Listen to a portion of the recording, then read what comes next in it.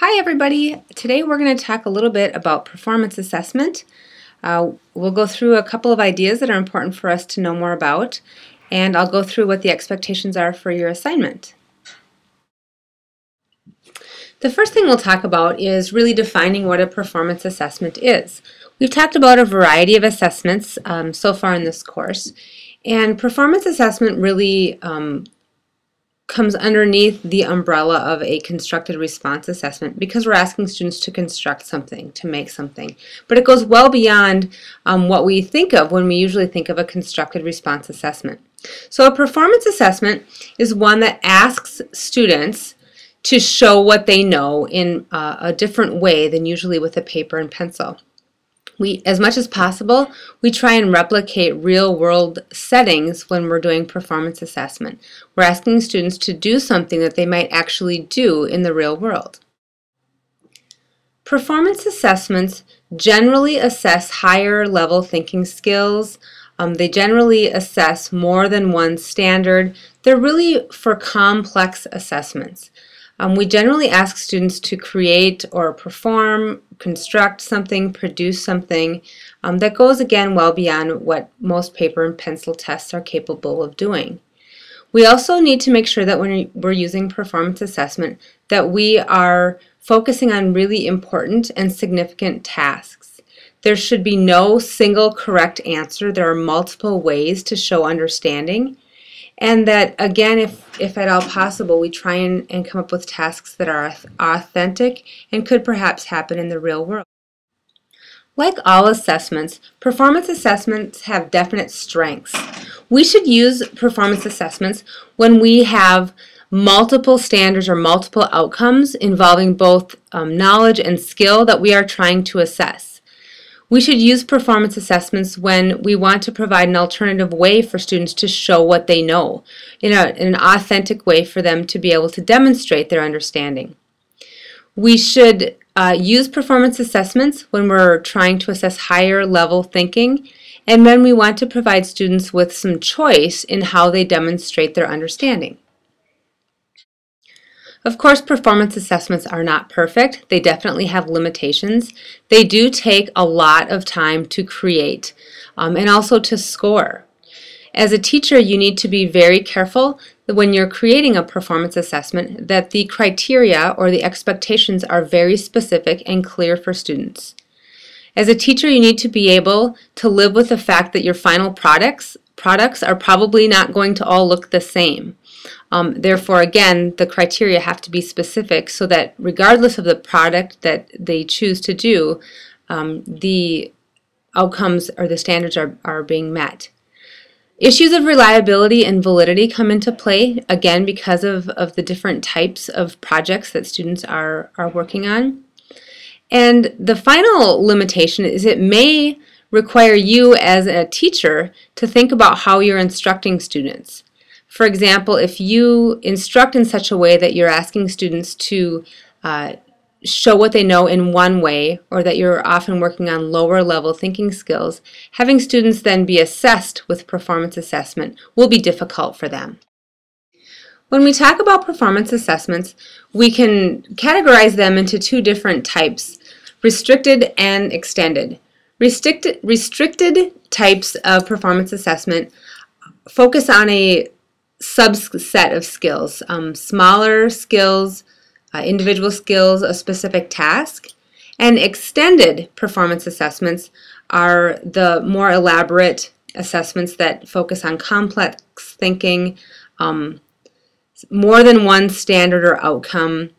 We're trying to assess many different skills within the same assessment, and these are sometimes ones that are done in a group setting.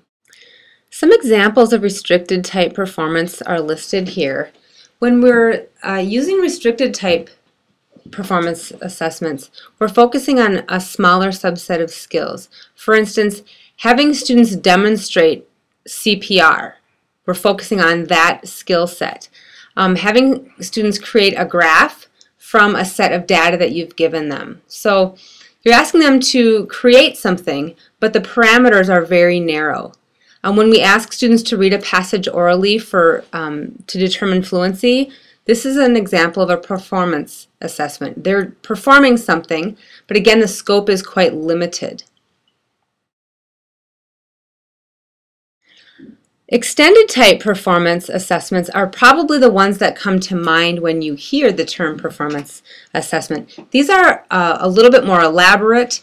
They encompass many more skills. Some examples I've listed here. Create a McDonald's diet that appeals to health-conscious consumers. There's actually an example of this that I will share with you that a previous student has used, that goes through asking students to create a menu similar to Jared from Subway, his diet, to create a McDonald's diet that meets a variety of different standards in math. Also, when we ask students to perhaps create a presentation of some sort to share with their classmates, in this example it's on the dangers of smoking, those presentations are all going to look different. So again, you have to be very careful when you create the criteria that you know exactly what it is students need to do to show their understanding. The next level of extended performance assessments are those that are actually authentic, ones that we can see how real professionals in the field would use that type of learning. For example, create a financial plan for 4 years of college that takes into account all expenses and all sources of income. What you're asking students to do will show their understanding of a variety of concepts and skills, and it's for real. This is what real people have to do. Another example that I have listed here is to write a proposal to the City Council advocating a new park in the downtown area. The letter could be about, a variety of things. But that, again, is something that real people do. They actually write letters to politicians to get things changed. So the idea of making these tasks authentic really makes them much more important and engaging for students. So that's all great, but how do I actually create a performance assessment? Well, I'm glad you asked, because here you go. The first thing you need to do is figure out what it is you're trying to assess.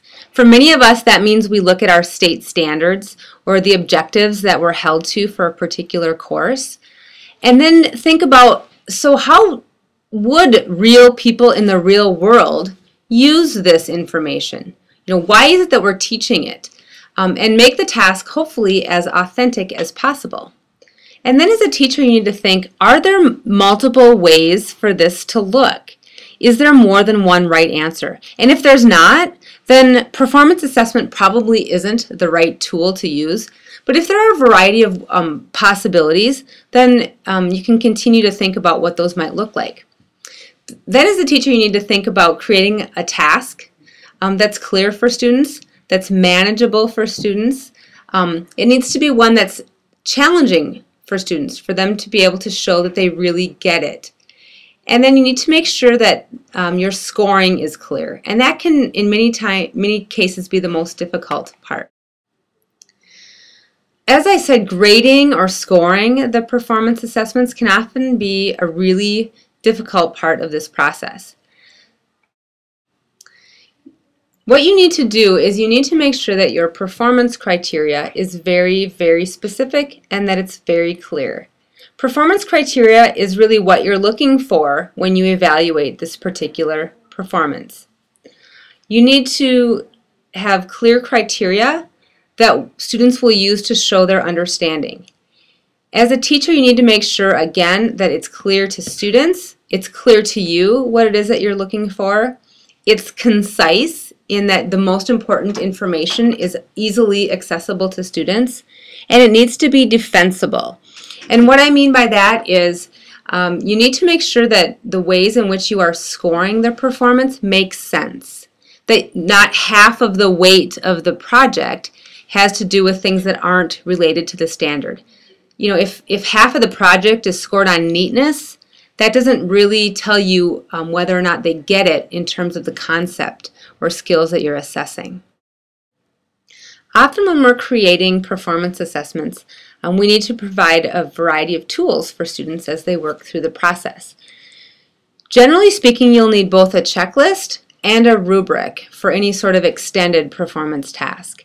A checklist provides feedback for the student in terms of every component that needs to be a part of the assessment in order for it to be completed. And the rubric provides an opportunity for students to see specifically how they will be scored on the performance assessment. It also provides feedback for them in terms of the levels of quality that you are expecting in the project.